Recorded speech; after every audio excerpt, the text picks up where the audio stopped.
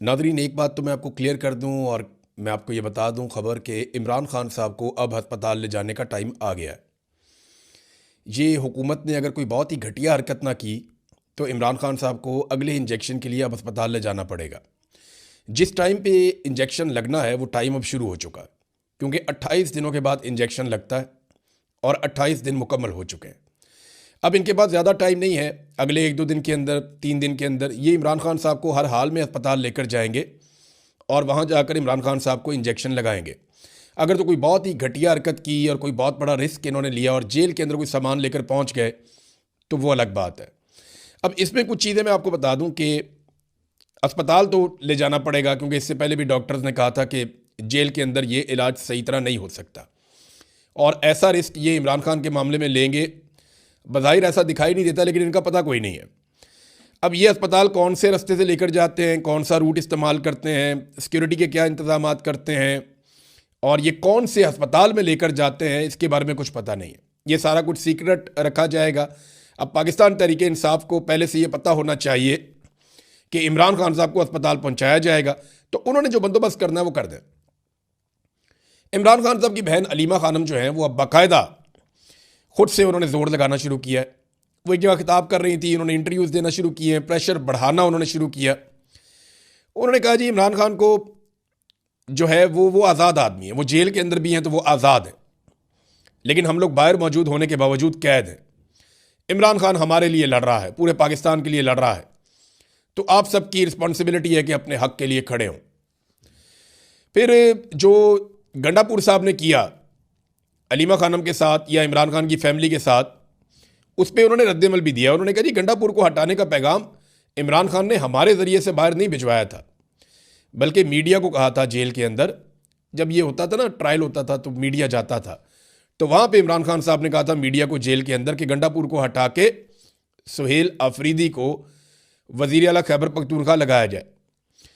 फिर उन्होंने कहा जो गंडापुर इमरान खान को नहीं ना कह सकते, वो अब उनकी फैमिली को कह देते हैं। दरअसल उन्हें गुस्सा इमरान खान पर है और पाकिस्तान तहरीक इंसाफ के जो लोग इमरान खान के लिए लड़ नहीं सकते ना, वो साइड पे हो जाए। ये उन्होंने गंडापुर को पैगाम दिया कि अगर आपने नहीं लड़ना तो आप साइड पे हो जाए। देखिए गंडापुर का प्रॉब्लम क्या हुआ। गंडापुर साहब के साथ ये हुआ कि वो बर्दाश्त नहीं कर पाए। 1.5 साल तक तहरीक की उन्होंने क़यादत की गंडापुर ने, और सारी चीज़ों के वो मालिक बने रहे, फैसले वो करते रहे गंडापुर 1.5 साल तक, और काफ़ी मायूसी फैलाने के बाद उन्होंने इक़्तिदार छोड़ा और अब 6 महीने भी उनसे बर्दाश्त नहीं हुआ और वो आ गए। हैरानकुन तौर पे गंडापुर साहब जब वापस आए हैं तो उन्होंने अटैक एस्टेब्लिशमेंट के ऊपर या हुकूमत के ऊपर नहीं किया, बल्कि गंडापुर साहब ने वापस आने के बाद बिल्कुल शेर अफजल मरवत की तरह सारा का सारा अटैक पाकिस्तान तहरीक इंसाफ और सारा का सारा अटैक गंडापुर साहब ने वापस आने के बाद इमरान खान साहब की फैमिली पे कर दिया। ये मुझे ऐसा दिखाई देता है कि अगर हालात ऐसे ही चलते रहे तो गंडापुर किसी दिन इमरान खान पे ही चढ़ दौड़ेंगे और शेर अफजल मरवत भी। अब शेर अफजल मरवत तो कहना शुरू हो गया आहिस्ता आहिस्ता, वो तो यानी ये भी कहना शुरू हो गया कि मकबूलियत मेरी है, इमरान खान की नहीं है। गंडापुर ने भी ऐसी एक बात की कि इमरान खान से बड़े जलसे तो मैं करता रहा हूँ, यानी इमरान खान के बगैर हमने बड़े बड़े जलसे किए हैं। तो जनाब एक तरफ गंडापुर साहब जो हैं वो इस्लामाबाद में आते जाते हैं, वो अपनी एक नई सियासत शुरू कर देते हैं, एक पार्टी के अंदर डिवाइड पैदा करते हैं। दूसरी तरफ सुहेल अफरीदी के लिए मुश्किलात बढ़ती जा रही हैं। वो बेशक वज़ीर आला इस वक्त खैबर पख्तूनख्वा के, और उन्हें अभी तक पार्टी की सपोर्ट उनके साथ है, कुछ हद तक जो है वो सोशल मीडिया भी उन्हें सपोर्ट करता है। गो के गुज़िश्ता 2 हफ्तों के अंदर उनके साथ बहुत बुरा हुआ और उनकी परफॉर्मेंस भी ऐसी थी कि जिसके ऊपर तनकीद की जाती, जैसे कि वो बंद हो गए जाके इस्लामाबाद में, और इसके अलावा उनके पास ऑप्शन भी कोई नहीं था, वैसे मैं इतना जानता हूँ। तो सुहेल अफरीदी को अब गिरफ्तार करके पेश करने का हुक्म दिया गया है, वो वाले केस में जो उन्होंने कहा था कि मस्जिद के अंदर कुत्ते गए और जब लोगों ने जाकर पूछा कि जनाब ये मस्जिद के अंदर कुत्ते क्यों हैं, तो वहाँ पे मौजूद अफसरान ने ये कहा कि तुम और ये कुत्ते एक बराबर हो। ये जब सुहेल अफरीदी ने बात की थी, ये इससे पहले बहुत दफ़ा रिपोर्ट भी हो चुकी है। सुहेल अफरीदी ने यह बयान बाद में दिया था, ये पहले रिपोर्ट हो चुका है, वहाँ पे गवाह मौजूद हैं इन बातों के। तो इस केस में यानी रियासती इदारों पे इल्ज़ाम लगाए हुए, कह जब गिरफ्तार करके पेश करो, नाकाबिले ज़मानत वारंट गिरफ्तारी भी जारी कर दिए गए हैं। नादरीन एक और एतराफ़ किया राणा सनाउल्लाह साहब ने, ये सारी चीज़ें आपस में जुड़ती हैं। राणा सनाउल्लाह साहब कहते हैं जी कि इमरान खान साहब के जो मुतालबात हैं वो हम नहीं मान सकते, और उनमें उन्होंने 2 मुतालबात के बारे में कैटेगोरिकली कहा, और मैंने आपको पहले ये बताया था कि ये वो मुतालबात हैं जिनसे एस्टेब्लिशमेंट और हुकूमत डरती है। राणा सनाउल्लाह ने कहा कि 9 मई और 26 नवंबर की इंक्वायरी इमरान खान साहब मांगते हैं, ये मुतालबा हमें कबूल नहीं है। उस वक्त राणा सनाउल्लाह साहब ने कहा कि जब वो इंक्वायरी मांग रहे थे तब चीफ जस्टिस बंदयाल था, तो हम जेल में चले जाते और इमरान खान हुकूमत में आ जाता। तो मैं ये बता दूं कि नहीं, ये जो 26 नवंबर हुआ उस वक्त चीफ जस्टिस बंदयाल नहीं था।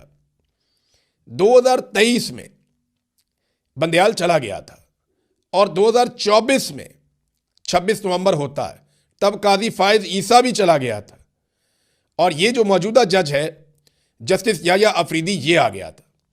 तो ये बात आप अपने जहन में रखेंगे। राणा सनाउल्लाह साहब आधा सच बोल रहे हैं कि उस वक्त बंदयाल था।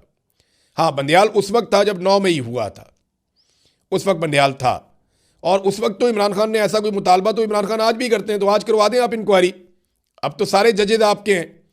तो मामला ये है कि राणा साहब सच बोल रहे हैं कि अगर इंक्वायरियाँ होंगी तो फिर इमरान खान वज़ीर आज़म बनेंगे या वो इक़्तिदार में आएंगे, और ये जो इक़्तिदार में बैठे हुए लोग हैं ये जेलों में जाएंगे।